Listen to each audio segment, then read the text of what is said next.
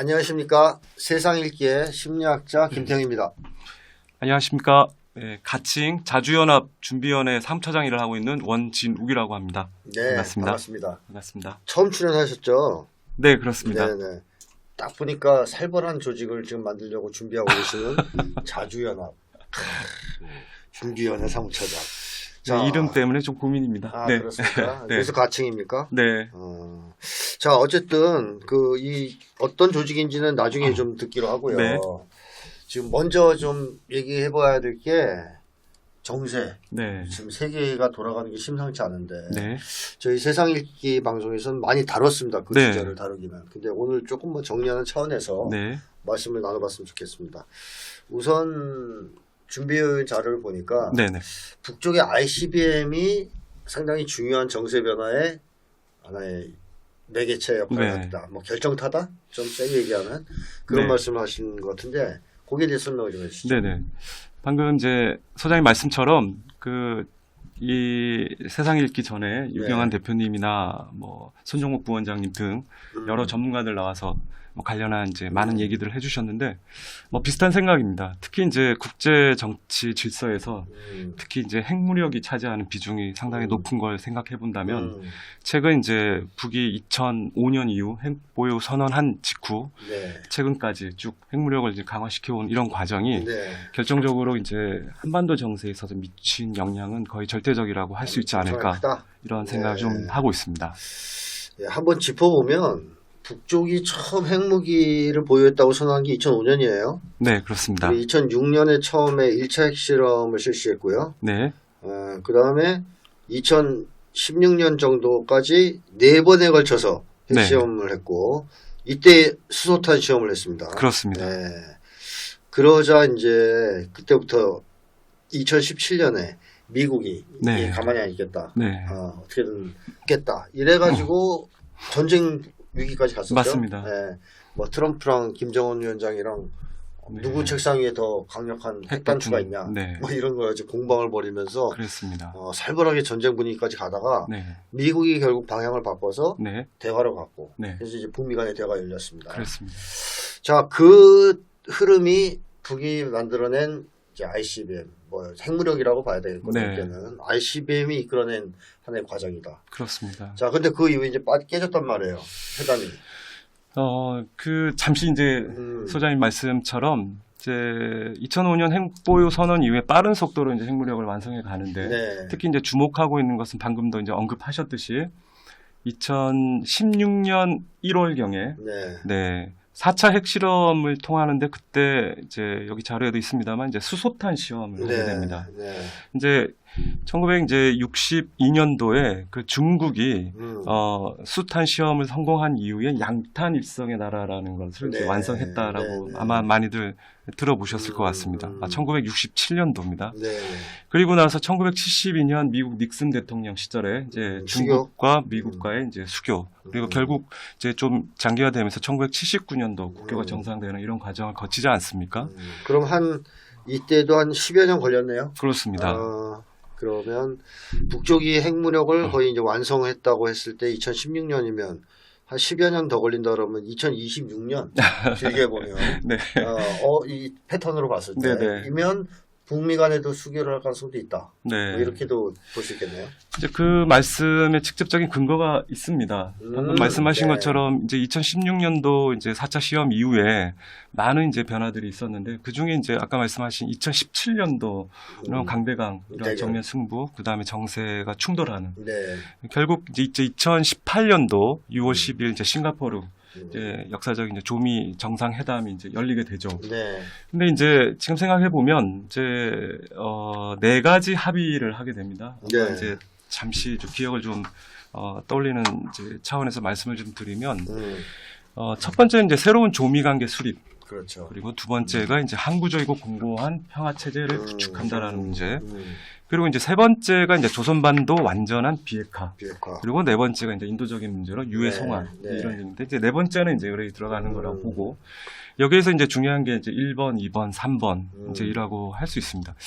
뭐 이 얘기를 가지고 길게 할 건 아닙니다만 그때 당시 대부분 이제 북비핵화라는 게 이제 뜨거운 이제 감자였죠. 네, 맞습니다. 그래서 이제 그게 북비핵화였어요? 한반도 비핵화 아니었습니까? 아닙니다. 그 당시에는 북한의 비핵화. 라고 그거는 이제 합의를 봤어요? 아닙니다. 그러니까 이제 조미 정상회담에서의 합의는 말씀하신 게 맞습니다. 한반도 비핵화죠? 네, 근데 이제 정상회담을 앞두고 아. 대부분의 사람들은 북한 비핵화를 위한 이제 북한이 미국에게 굴복 내지는 무릎을 꿇는 그런 회담이 될 것이다라는 전망이 우세했었죠. 그러나 이제 결과는 까보면 말씀하신 것처럼 이제 관계 정상화에 대한 문제가 첫 번째 나오고요. 네. 그리고 이제 대북 적대 정책 철회, 그 다음에 이제 한미합동 군사훈련 중단간, 네. 그리고 특히 이제 대북 제재 중단 네. 등의 내용이 포함되는 이제 이런 게 이제 수반될 수밖에 없고, 그리고 항시적인 전쟁 위협을 제거하기 위한 이제 평화 체제 구축. 쉽게 하면 평화협정을 체결한다. 그렇습니다. 주한미군 철수하고 뭐 그런 거라고 봐야 되는데요. 그렇습니다. 그런 거를 합의를 했다라는 것은 좀 뭐 세게 얘기하면 미국이 네. 백기통한 거잖아요. 그렇게 더 보고 있습니다. 근데 그동안 네. 뭐 계속 북을 적대시하고 맞습니다. 죽이려고 그러다가 그렇습니다. 이제 그냥 사이좋게 지낼게요. 이거는 항복한 거잖아요. 그 말씀을 하시니까 좀 기억이 나는데, 음. 그때 이제 싱가포르 회담 이후에 김정은 국무위원장은 이제 전용기를 타고 이제 평양으로 들어가고 있었고, 아마 이 시청자분들도 좀 기억하시는 분들이 계실 텐데, 트럼프 당시 미국 대통령은 예정에 없던 이제 기자회견을 자처해서 네. 약 1시간 반가량 전 세계의 많은 외신들이 있는 자리에서 왜 이런 합의를 하였는지에 대한 설명을 굉장히 길게 합니다. 네. 네, 그건 말씀하신 것처럼 가서 돌 맞을까봐. 맞습니다. 그러니까 이제 사실은 이제 북한의 비핵화를 위한 회담이었다기보다는 미국 본토의 안전과 국민들의 안전을 어떻게 보면 보장받은 그런 이제 합의들을 한 그런 회담이 아니었는가 내용적으로 네. 보면. 그래서 네. 그거를 전 세계를 향해서 트럼프 음. 대통령이 굉장히 장황하고 구구절절하게 그리고 내가 왜 이런 합의를 했는지 너희들이 좀 알아줘라. 네. 알아먹어라. 네. 이런 얘기를 합니다. 네, 나중에도 트럼프가 그런 얘기 자주 했어요. 네. 자기 아니면 전쟁 나서 우리 다 죽었어. 맞습니다. 뭐 이런 얘기를 많이 했죠. 네. 자, 근데 미국이 그렇게 항복을 했으면 깔끔하게 항복을 할 텐데, 하면 네. 되는데, 또 강경파들이 뒤에서 이대로 항복하는 건 너무 쪽팔리잖아. 맞습니다. 이대로 굴복하는 건 안 돼. 이래서 네. 파탄을 냈죠. 파탄냈습니다. 그 네. 뒤에 이제 한국과 뭐 북한과의 관계도 악화되고, 네. 북미 간의 관계는 단절 하면서 계속 악화되고 2019년도 있는데. 이제 네, 네. 하노이에서 이제 그 결렬된 결렬되면서. 이후로는 이제 정세는 급격하게 네. 악화됐죠. 자, 그런데 그 과정 속에서 네. 과연 누가 새가 됐냐? 네. 누가 이제 뭐 됐냐? 네. 이렇게 했을 때는 북한이 그렇게 된 게 아니고요. 네. 미국이 지금 막 몰락하고 있는 것 같단 말이에요. 맞습니다.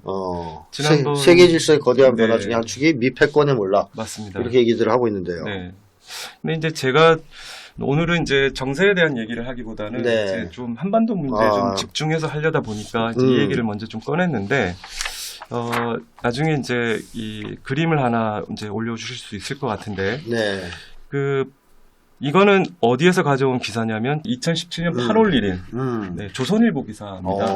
그러니까 이제 지금도 이제 이게 정가의 화제가 되고 있고 미국 이제 정가에서 계속 나오는 얘기입니다만 과연 이제 북한의 그런 핵 공격을 감수하면서까지 서울을 지켜주겠느냐라는 게 조선일보 사회면에 굉장히 큰 기사로 이게 네. 보도가 됐습니다.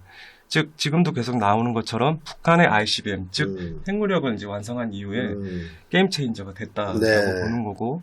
결국은 이제 한미동맹이라고 하는 게 군사동맹이고 해구산을 통해서 이제 우리가 지켜줄게. 예. 우리 말 잘 들어. 그 이제 미일동맹도 마찬가지예요. 그렇지. 그래서 이 표를 보면 북의 ICBM이 왜 게임 체인저가 될 수밖에 없는가.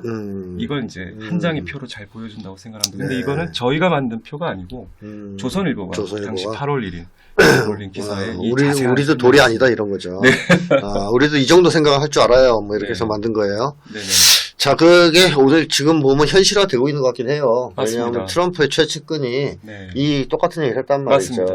뭐 네. 지금 우리는 북과 싸울 생각이 없고 네. 중국에 집중하기도 바쁘고 네. 한국은 니네가 알아서 지켜. 그렇죠. 그런 얘기를 했잖아요. 그래서 뭐 북한과 대화의 용의가 있고 북 정권 붕괴가 우리의 목표가 아니다. 네. 이런 얘기는 계속 지금 나오고 있습니다. 자, 그렇게 상황이 흘러가고 있는데 그게 한반도에 미치는 영향. 그래서 어떻게 이제 보십니까? 아까 이제 그 표에도 좀 잠시 나와 있습니다만 이게 이제 미국의 본토를 북의 핵이 공격할 수 있다라고 하는 그 가정하에 어떤 일이 벌어질 것인가를 이제 일목요연하게 이제 설명을 하고 있는데 첫 번째는 아까 말씀드린 네. 한미 동맹을 이제 근간에 이루어오고 있는 해구산이 찢어졌다는 거. 찢어졌죠. 네. 네. 그건 이제 아까 말씀드린 것처럼 미일 동맹도 마찬가지입니다. 네.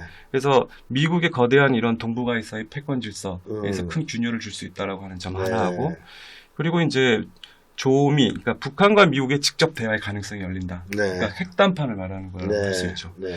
그러면 이제 아까 이제 사회자님도 말씀하셨듯이 이제 2018년 이제 그 싱가포르 회담에서 새로운 관계 수립, 그러니까 이제 국교 정상화를 말하는데 그건 네. 당연히 이제 평화협정 체결, 그렇죠. 그걸 전제하죠. 전제로 할 수밖에 없고 평화협정 체결한다는 거는 즉 한반도 땅에 들어와 있는 외국군, 즉 나간다는- 주한미군을 뺀다는 얘기죠. 뺀다는 얘기죠. 네. 그래서 미군 철수, 평화협정 체결이 이루어졌을 경우에는 한미 동맹 자체가 형해화 될 수밖에 없다라는 거를 이제 조선일보는 우려해서 네. 이걸 이제 기사를 씁니다. 걱정을 해서. 걱정해서. 네. 이 얘기를 제가 다시 한번 강조해서 말씀드리는 거는 소위 말하는 운동 안에서도 운동 진영 안에서도 북의 핵무력에 대한 거에 대한 여러 가지 입장과 관점이 있었습니다. 네. 아마 그렇죠. 기억하실 네, 텐데. 네. 네, 그래서 복잡한 논의가 있었습니다. 네, 근데 결국 단순하게 얘기를 하자면 네, 미국을 밀어냈다. 네. 한반도에서. 네네. 뭐 이렇게 이제 보는 거고요. 네, 그게 당장 2018년, 19년 회담으로 밀어내지 못했더라도 맞습니다. 그 이후에 강력한 대치, 그다음에 핵무력 강화를 네. 통해서 사실상 밀어냈다고 봐야 됩니다. 지금 네. 왜냐하면 다음번 미국 대선에서 트럼프가 되면 네, 나가실 것 같단 말이에요.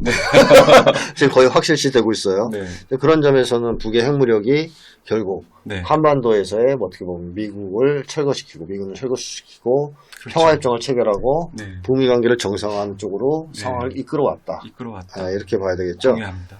자, 근데 이래서 이제 해구산 찢어지고 이러니까 기시다는 잽싸게 북에 가서 어떻게 좀 해보려고. 네, 북일 수교를 지금 계속 계속 쪼르잖아요. 하고 좀, 있죠. 얼마 전에 또 어디서 만났다는 썰이 나오던데요. 네. 자, 계속 그런데 윤석열은 왜 지금 삽질하고 있습니까? 지금 그래야 될 때는 아니잖아요. 네. 그래서 뭐라고 해야 될까요? 남북 관계가 확 바뀌었는데요. 네. 어떻게 보면. 자, 북이 핵무력을 완성해서 네. 미국과 대등하게 싸우면서 미국을 밀어내고 있는 상황에서 남북 관계는 근본적 변화를 겪고 있다고 봐야 되는데 그 네. 이후에 네. 어떻게 변화가 됐다고 보십니까? 그 전과 후.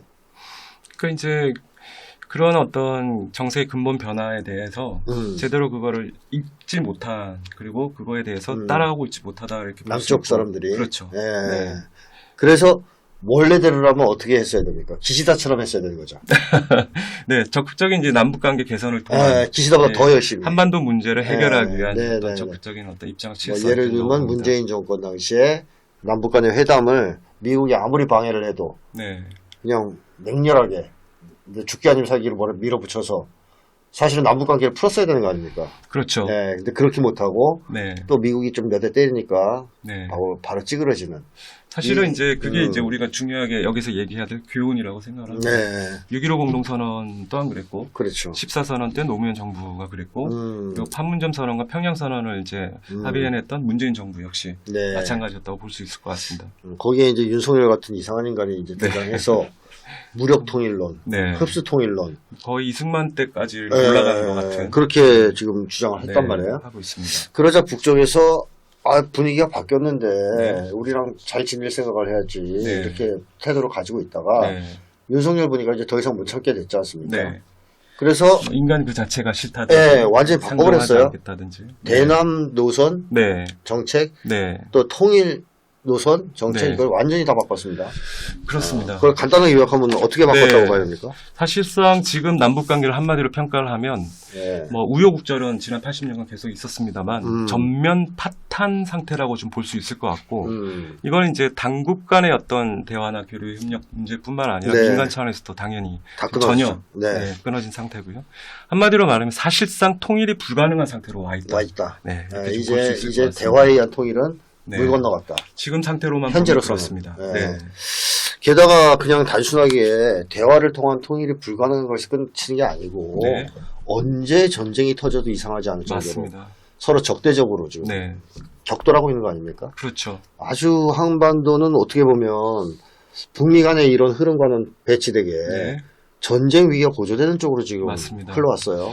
오히려 미국발 신냉전이 가져온 이런 전 음. 세계 곳곳의 전쟁 위기 네. 그리고 그 마지막 어떻게 보면 그런 어떤 격돌, 어떤 충돌 남아있는 지역이 이곳 한반도다. 동아시아 한반도가 아닐까 음. 이렇게 생각해 볼 수 있을 것 같습니다. 자, 그러면 이러한 상황에서 어떻게 해야 될 것인가 하는 얘기를 좀 해봐야 되는데 네네. 예. 뭐 어떻게 해야 되겠습니까? 이거 전쟁 곧 터지게 생겼는데. 네네.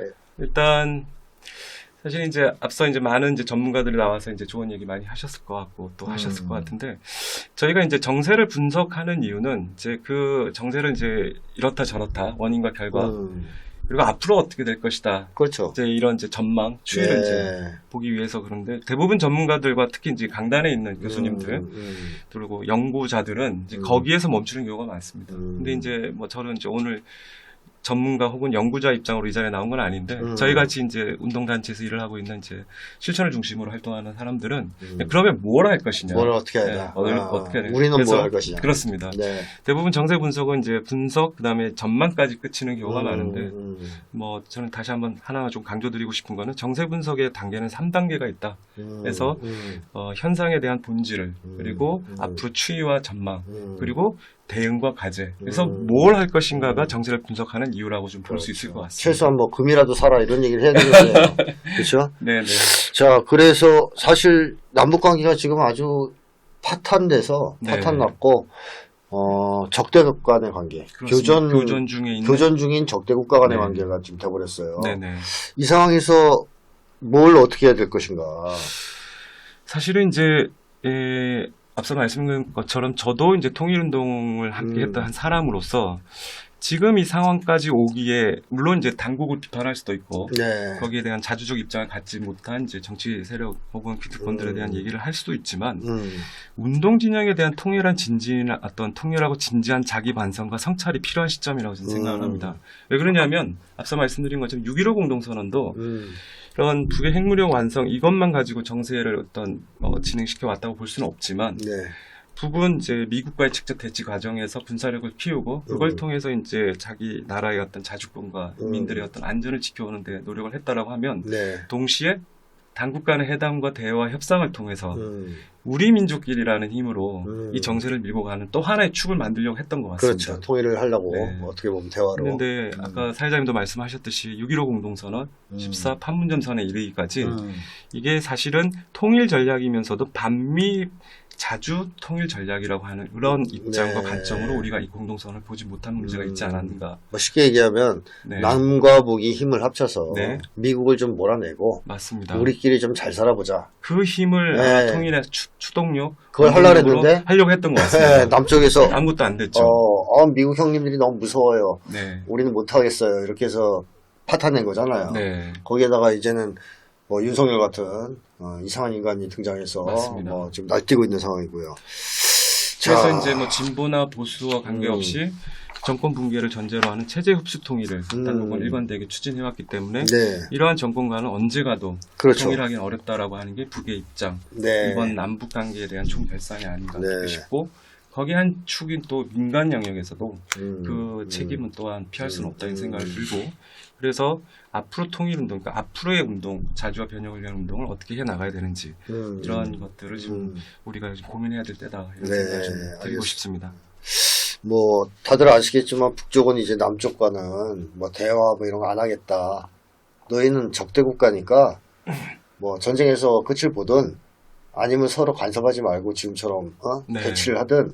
근데 이 대치라는 게 적대적 대치이기 때문에 네, 터질 가능성이 매우 높은 그렇습니다. 전쟁이 터질 가능성이 매우 높은 적대적 대치란 말이죠. 네, 어쨌든 이러한 상황으로 지금 남북 관계를 보고 있어요. 네, 그래서 일체의 뭐 교류, 협력 이런 거 안 한다 하는 네. 입장이고요. 자, 이런 정도까지 한반도 정세가 급변했다. 네, 그리고 그 이유, 그 원인에는 북미 관계의 대전환, 네, 힘 관계의 변화가 놓여 있었다. 네, 이렇게 이제 봐야 되겠습니다. 사실 그걸 우리가 잘 활용했으면 네, 지금쯤 벌써 훨씬 좋은 세상에서 살고 있을지도 모를 텐데 네, 슬기롭게 그걸 받아안지 못하고 네, 좀 뻘짓했다. 좀 심하게 얘기하면 네. 이렇게도 얘기할 수 있을 것 같아요. 네, 자, 좋은 얘기 감사드리고요. 일단 아, 오늘 여기서 마치겠습니다. 네, 고맙습니다.